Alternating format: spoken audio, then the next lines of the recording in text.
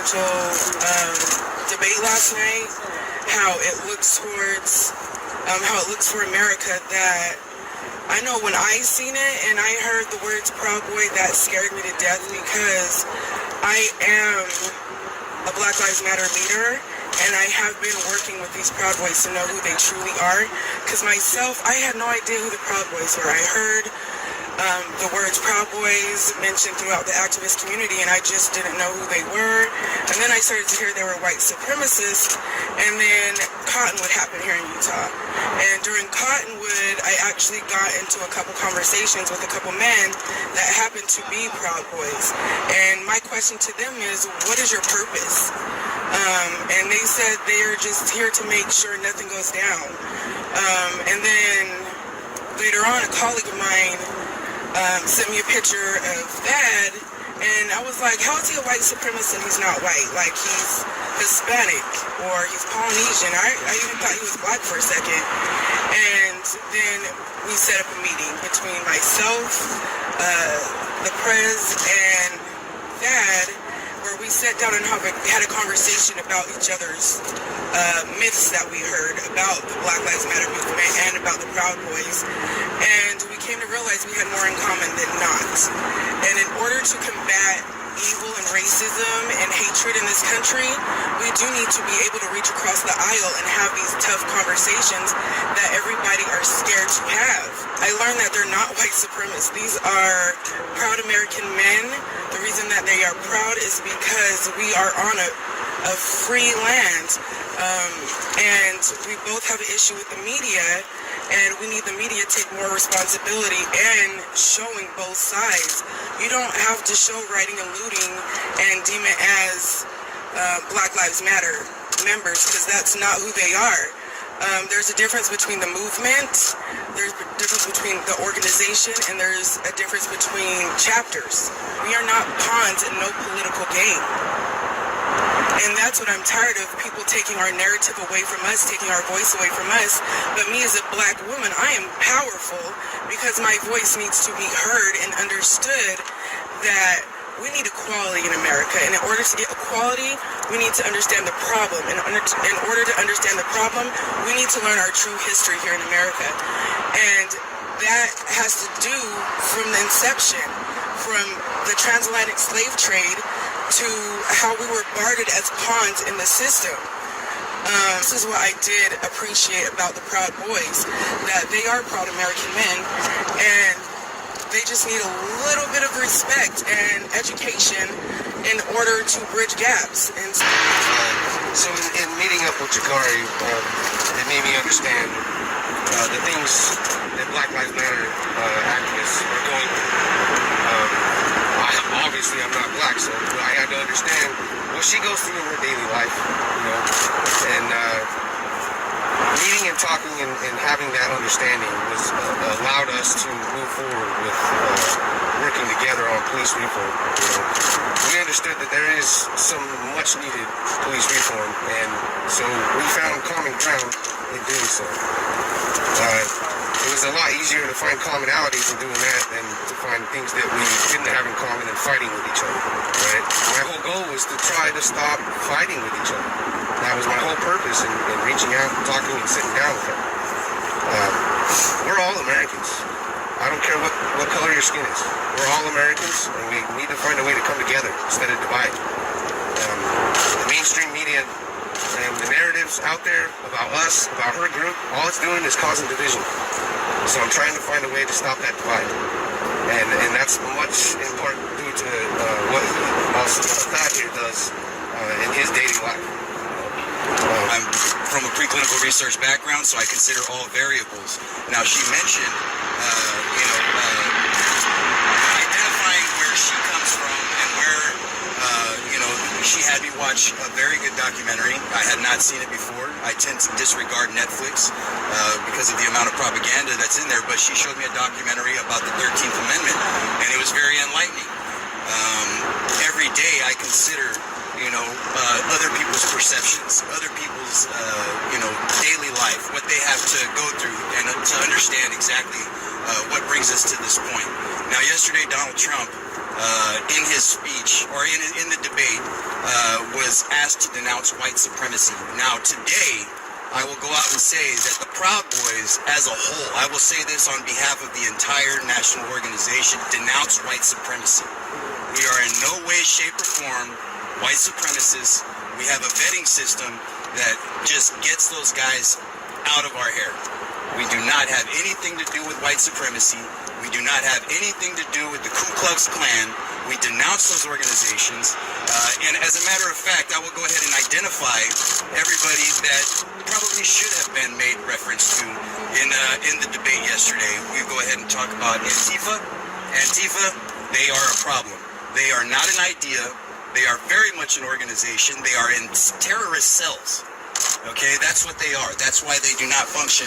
That's why they say they are not an organization, because they function autonomously and in cells, much like terrorists, which they actually go and train with in countries like Syria. Okay, we need to talk about the Ku Klux Klan. We need to talk about what other organizations? Identity Europa. I mean, all of these organizations that have anything to do with white supremacy are 100% denounced by the Proud Boys. Okay, now I would also include some parts of mainstream media in this, because there has been a complicit bias along with the SPLC and American Defamation League and organizations like this that create this misconception of the Proud Boys and Black Lives Matter. And, you know, I'm not saying that SPLC or ADL has anything bad to say about Black Lives Matter, but specifically the Proud Boys, they give this perception that we are something that we are not. We 100% denounce white supremacy. She understands that now.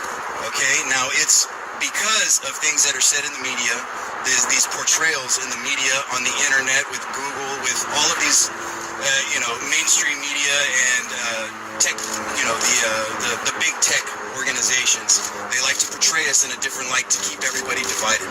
Now, what this says right here is that Black Lives Matter, Northern Utah, Ogden, and the Proud Boys are working together currently on police reform.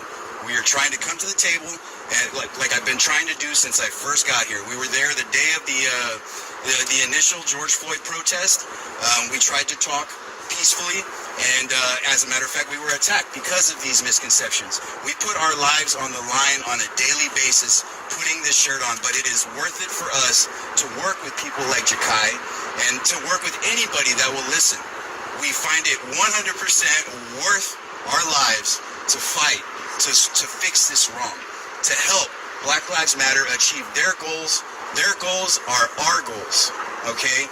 Now, there will always be things that we do not agree on, okay? But what we do agree on is that there is a very real problem with division, okay? So we are 100% going full steam into working together to shatter this narrative that we are white supremacists, that they are all rioters / looters. We disavow all of these false ideas, and we want this to be the most powerful image that anybody has ever seen, because the common people who have no time in their day to actually research or to see exactly who the Proud Boys or Black Lives Matter are, these people are being given a line of BS, and we are going to go ahead and serve them up a hot plate of truth. And we don't take President Trump's statements yesterday as some kind of dog whistle. We don't take this as an endorsement. We 100%,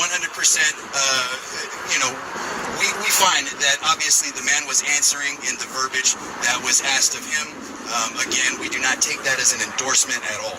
Okay, but what we do is we extend our hands to Jakai, and like she said, she came with us to Portland. She got to speak with our leadership. She got to sit there and see and hear our ideas. We listened to her ideas, and this is what it's going to take. This is what it's going to take to get everybody on the same page. That way we are not focused on this two-party false paradigm. We're not focused on anything that could lead to further division. The United States of America has united in the name, and this is what we will go back to, because we will be successful again, and we will be a strong country again. So, not a prerequisite to be a Proud Boy, to be a Trump supporter. He is not a Trump supporter. I am not a Trump supporter. I'm president of the Salt Lake, Utah chapter. Our Salt Lake, Utah chapter is doing this. There are other chapters, they function autonomously. We function amongst ourselves.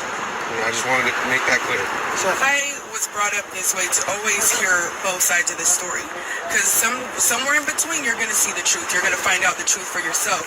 And me being around these men, I learned that they are just this silly group of men that made a club to just for fun. It got political because our country got political. And at that time, you need to learn how to take a stance.